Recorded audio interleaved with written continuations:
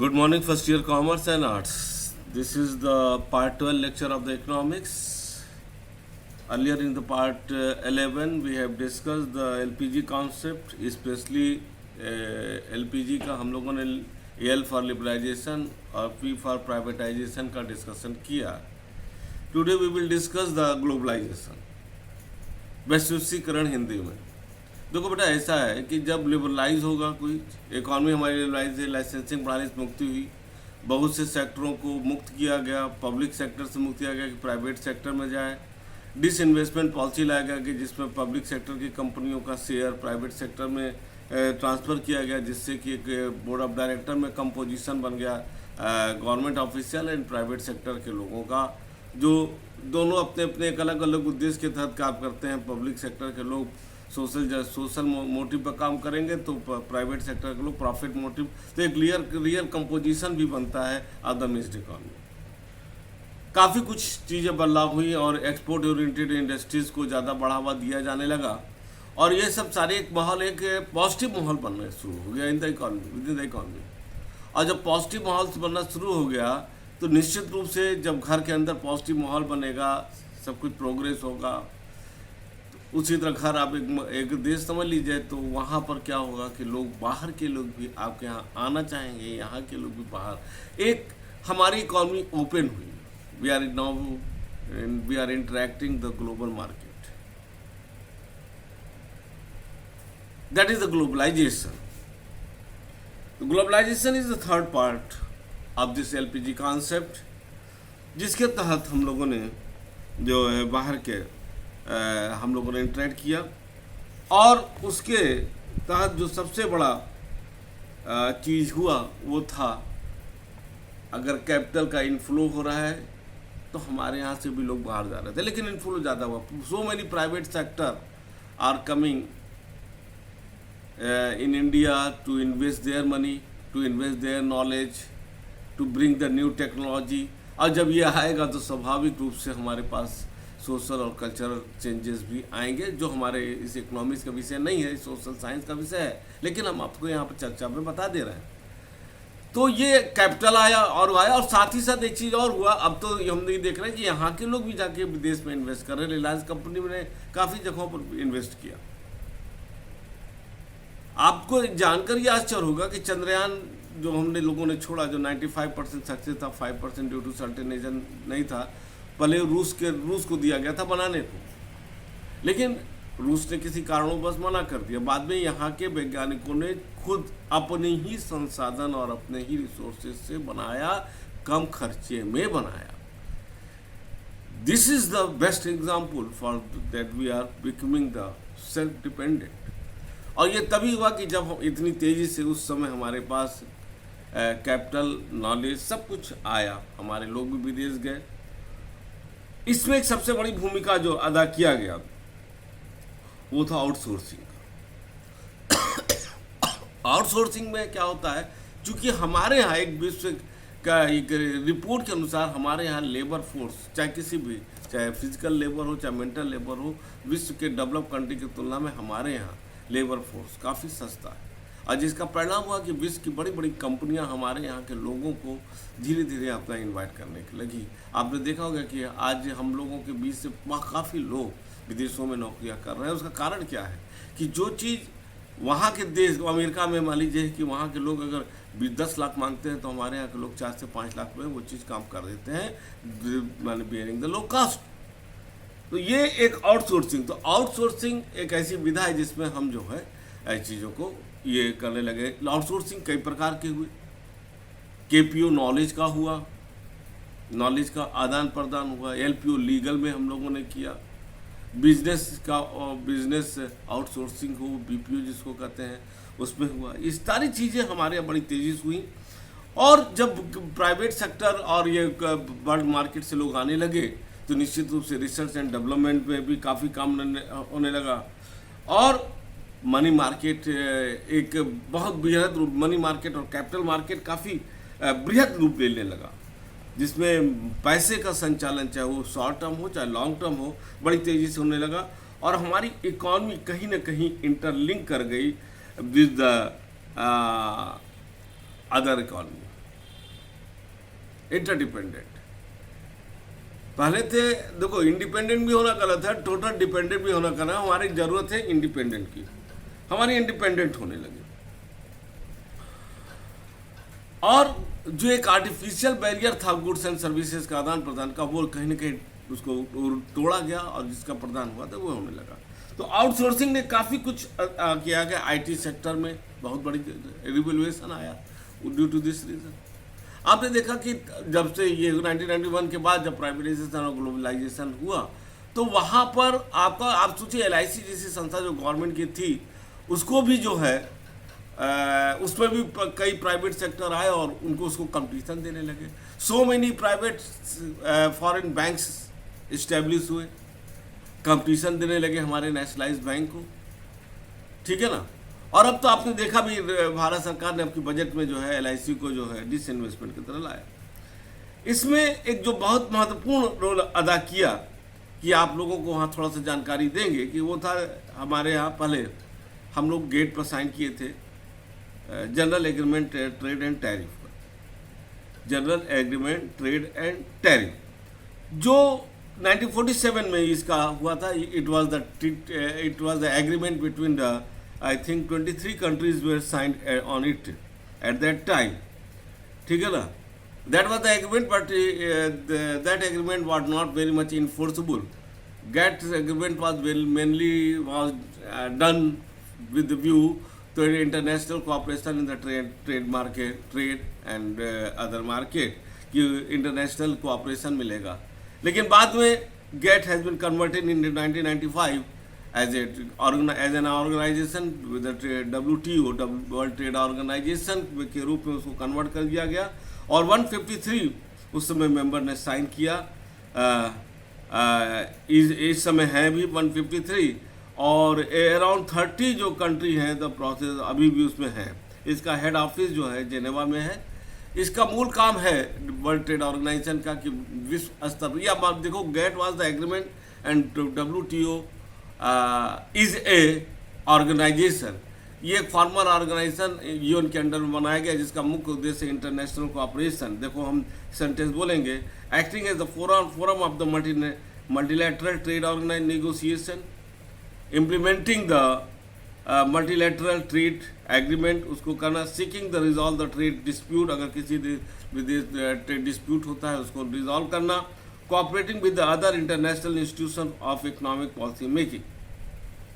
तो WTO जो है, अगर कहा जाए, इसने जो है, the WTO also extend the most favourable nation treatment to the all its member on its equal basis. इसने जो भी इसके मेंबर कंट्री थे इसको मोस्ट फेवरेबल नेशन की संज्ञा दी, और ताकि उनके बीच में एक अच्छा कोऑपरेशन बना रहे। तो WTO की स्थापना इस पीरियड में काफ़ी कुछ, ये आपका एक बहुत बड़ा हम कह सकते हैं कि स्टेप था, जिसमें हम जो है हम लोग आगे बढ़े। हम लोग जो है खुद इसमें इसके मेंबर होने के कारण जो बाइलेटरल और मल्टीलेटरल जो ट्रेड था वो काफ़ी कुछ बढ़ा, और तमाम जो ये क्या कहते हैं ड्यूटीज़ का, कस्टम ड्यूटीज़ का जो एक रुकावट आ रहा था, WTO ने उसको दूर किया। और आपको जानकर आश्चर्य होगा, जो GST भी आया वो कहीं ना कहीं उसके पीछे WTO की एक एग्रीमेंट था, जिसको हर देशों में इस तरीके से इम्प्लीमेंट किया गया, जिसमें भारत ने भी साइन किया था। तो भारत को भी एक तरह से लाना उसकी मजबूरी थी। तो ये जो इसकी सदस्यता ली गई उसमें, वो एक बहुत महत्वपूर्ण घटना थी। और देखो इन सारी चीज़ों का जो interaction with the global market हुआ, प्राइवेटाइजेशन हुआ, आप देखोगे कि उसका परिणाम क्या हुआ। उसका परिणाम बेटा ये हुआ कि आज एक private sector has become the biggest job opportunities area. आज so many peoples are engaged and are getting the employment in the private sector।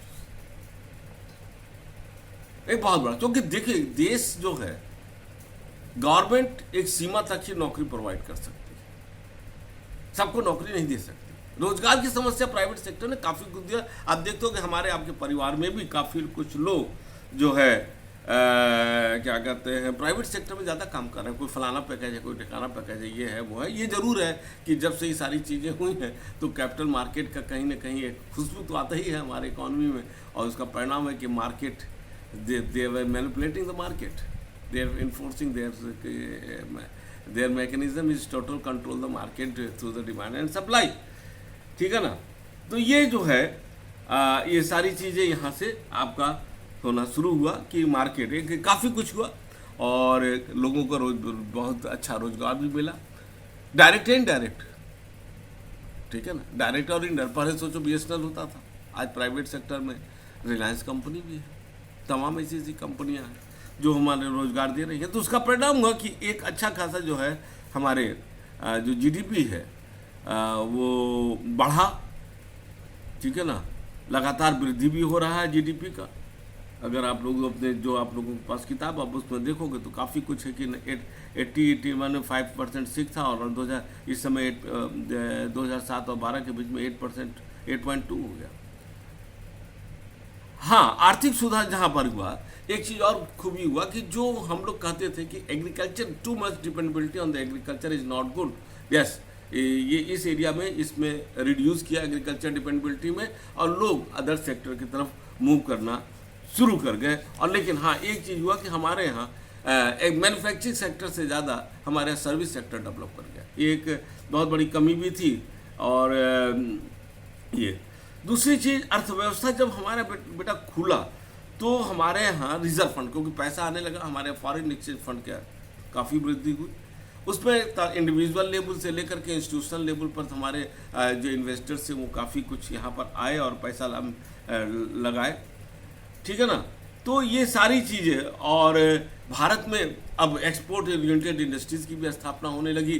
Bharat सरकार ने सिच की स्थापना की, स्पेशल इकोनॉमिक जोन, जिसके तहत जो है सिर्फ ऐसी इंडस्ट्री जो एक्सपोर्ट ओरिएंटेड सामानों का निर्माण करते हैं उन इंडस्ट्रीज़ को प्राथमिकता दिया जाने लगा। उस मैंने अगर कहा जाए such is the cluster of land on which the government is providing all the infrastructure facility to the indigenous entrepreneur to come and establish the export oriented industries, and at that place they will get all the facility जो एक foreign के industries को मिलता है।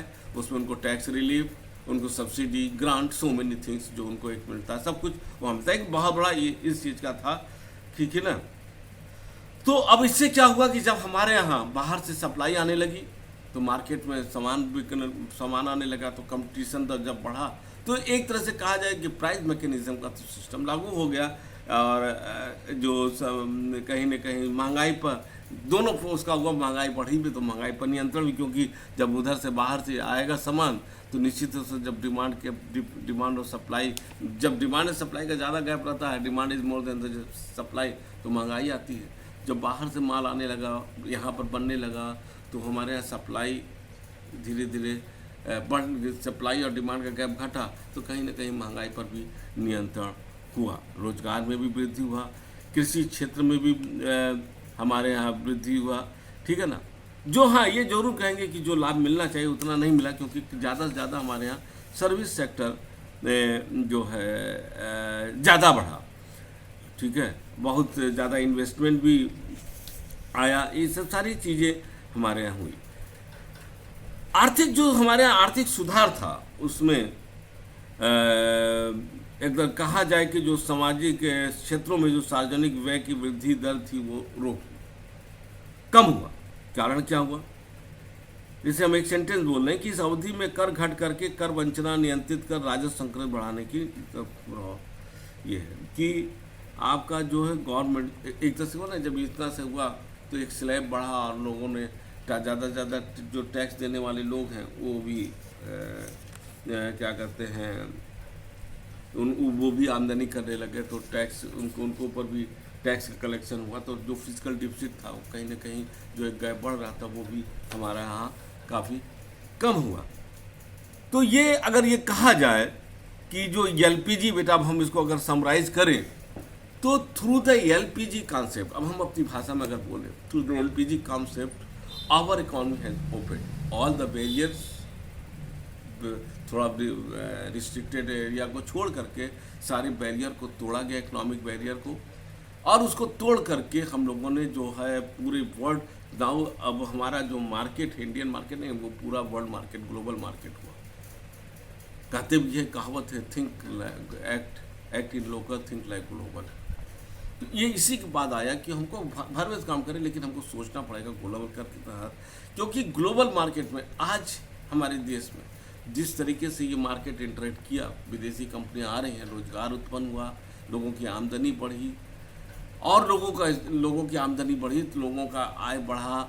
आय बढ़ने के साथ बेरोजगारी भी लोगों को दूर, इंडिया में जो बड़ा बेरोजगारी, गरीबी, ये सब दूर ही, इनकम बढ़ा, बैंकों में पैसा जमा होने लगा, डिमांड क्रिएट हुआ, डिमांड क्रिएट होने से ज़्यादा के साथ साथ प्रोडक्शन बढ़ा, प्रोडक्शन बढ़ने के साथ साथ जो कंपनियां, बड़ी बड़ी कंपनियां आई, और आज सिर्फ इसी क्षेत्र में नहीं, हम जिस सामानों का बेटा इंपोर्ट करते थे, आज हमारी हालत ये कि सिर्फ हमको इंपोर्ट ही नहीं करना है, हम इंपोर्ट ही बंद नहीं हुआ, बल्कि हमने जो है सामान हम ज़्यादा बनाने लगे और एक्सपोर्ट हम करने लगे, वो सामान जो कभी इंपोर्ट करते थे, जिसका परिणाम हुआ फॉरेन एक्सचेंज फंड हमारा बढ़ा। You will surprise to know, इस समय जो ये 1.5-2 साल गया, इसमें हमारे यहाँ फॉरेन एक्सचेंज फंड इतना ज़्यादा इकट्ठा हो गया है। उसके पीछे कहीं ना कहीं कोविड था कि हम बहुत ज़्यादा इंपोर्ट नहीं कर रहे थे, वो एक कारण था, लेकिन फॉरेन एक्सचेंज हमारी काफ़ी मजबूत हो गई कि 5-5, 6-6 महीना तक हम, अगर हमारा देश जो है हमारा इंपोर्ट कर सकता है ज़रूरी सामानों का। ये सब सारी चीज़ें हुआ, परिणाम हुआ है। आज आप देख रहे हो कि जो स्टैंडर्ड ऑफ लिविंग है, सब कुछ है, वो बढ़ा है। देश में मल्टीनेशनल कंपनियां आज हमारे यहाँ आउटलेट खोल रही हैं, हम लोगों का स्टैंड अप रखा, आप देख ही रहे हो, आज हर व्यक्ति ब्रांडेड सामान पहन रहा है। ये सारी चीज़ें, सब लोगों की आमदनी ड्रास्टिकली बढ़ा है, सोच बढ़ा है, और सामाजिक स्तर पर भी जो है हम थोड़ा सा टच करेंगे ज़रूर, खान पीन में और तमाम चीज़ों पर भी इसका असर पड़ा है, ठीक है ना।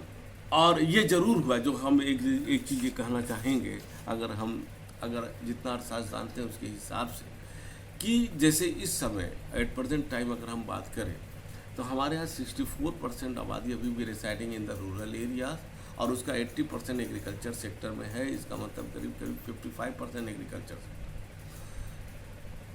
लेकिन हमारे देश की आबादी का इतना बड़ा भाग एग्रीकल्चर सेक्टर में होने के बावजूद भी उसका जीडीपी में योगदान 18% है। एग्रीकल्चर सेक्टर का 18% जीडीपी में योगदान, मैन्युफैक्चरिंग सेक्टर का आपका हो गया तुम्हारा 30% और 52% सर्विस सेक्टर का।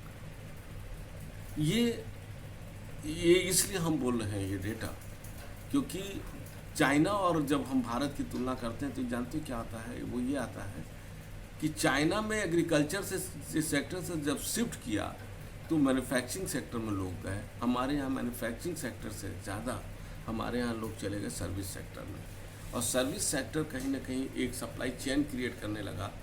सप्लाई बढ़ाने की जगह सप्लाई चेन, प्रोडक्शन से ज़्यादा हमारे यहाँ जो प्रोडक्शन जो चैनल होता है वो बढ़ने लगा, जिसका परिणाम हुआ कि हमारे यहाँ प्रॉफिट ऑफ मार्जिन बढ़ने लगा, जिसकी वजह से एक महंगाई आई। जो महंगाई ठीक नहीं है, क्योंकि अगर सप्लाई बढ़ रहा हो, फैक्ट्रियाँ ज़्यादा से ज़्यादा इस्टेब्लिश हो रही हैं, तो वहाँ तो ठीक है क्योंकि सप्लाई बढ़ रहा है। तो ये चीज़ गवर्नमेंट ने मेक इन इंडिया कॉन्सेप्ट शुरू किया है, जिसके तहत ये हो रहा है कि अब हमको जो इंडस्ट्रियल सेक्टर पर ज़्यादा फोकस करना है। सर्विस सेक्टर को ग्रोथ ठीक है, एग्रीकल्चर को ऊपर डिपेंडेबिलिटी कम करके अब it is the high time कि हम अपने इंडस्ट्रियल सेक्टर को करें। जब इंडस्ट्रियल सेक्टर को बेटा करेंगे, ध्यान देना कि इंडस्ट्रियल सेक्टर सप्लाई बढ़ाता है।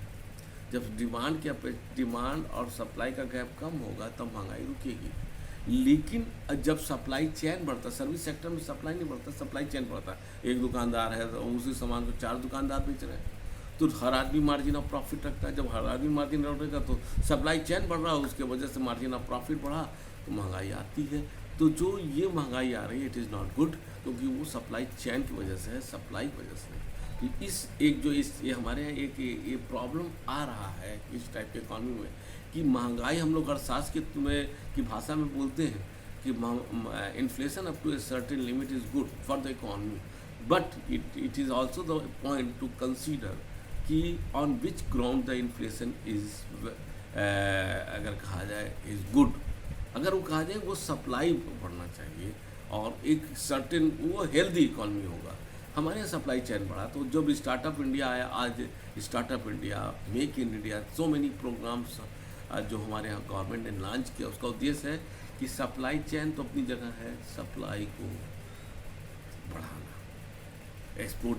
आज डिफेंस के क्षेत्र में अभी देखा, लास्ट ईयर लखनऊ में डिफेंस एक्सपो लगा था, जिसमें से तमाम ऐसी चीज़ों को प्रदर्शन किया गया जिसमें हम अब वो भारत नहीं है कि हम छोटी छोटी चीज़ें विदेश से मंगा रहे हैं, अब हम एक्सपोर्ट कर रहे हैं अपने यहाँ का टैंक। तो अब विदेश से के लोग हमारे यहाँ अपनी सैटेलाइट बनवाएंगे और ले जाएंगे और अपने यहाँ से लॉन्च करेंगे। ये स्थिति आ गई है हर क्षेत्र में। तो एक एलपीजी निश्चित रूप से जो कॉन्सेप्ट था लिबरलाइजेशन, प्राइवेटाइजेशन, ग्लोबलाइजेशन, ये देश के लिए लिबरलाइजेशन दिशा डायरेक्शन सेट करता है, प्राइवेटाइजेशन वो कहीं ना कहीं दशा को बताता है, ग्लोबलाइजेशन एक हमारा एक वो बताता है कि रिजल्ट कि हम कहाँ पहुँचते हैं, आवर डेस्टिनेशन। निश्चित रूप से इस प्रकार का जब ग्रोथ होता है, उस ग्रोथ में निश्चित रूप से तमाम कमियाँ आती हैं। आप देखोगे 91-92 के बाद ही जब इस तरह के इकोनॉमिक सेक्टर में चेंज आया तो सोशल में भी चेंज आया, खान पीन में चेंज आया, फास्ट फूड आया, सोशल एस्पेक्ट में भी चेंज आया, सो मैनी। वो जो हमारा इकोनॉमिक्स का विषय नहीं है उस पर बहुत ज़्यादा हम नहीं जाएंगे, उस पर भी चेंज आया। तो बेटा ये था आपका एलपीजी कॉन्सेप्ट। मुझे 2 लेक्चर में हमने जिसको दिया, मुझे समझ में आता है कि आपको समझ में आ गया। याद रखना, एलपीजी का मतलब लिक्विड पेट्रोलियम गैस नहीं होता है, लिबरलाइजेशन, प्राइवेटाइजेशन, ग्लोबलाइजेशन। क्यों?